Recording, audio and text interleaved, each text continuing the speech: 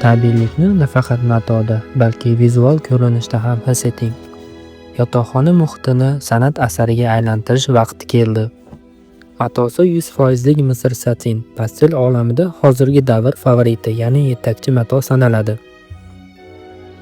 Tasviriy san'atda o'z o'rni va yo'nalishiga ega Claude Monet ham tabiatni aynan shunday kontrast ranglarda ko'rgan. Bu to'plamdagi san'at asari aynan sizga munosib.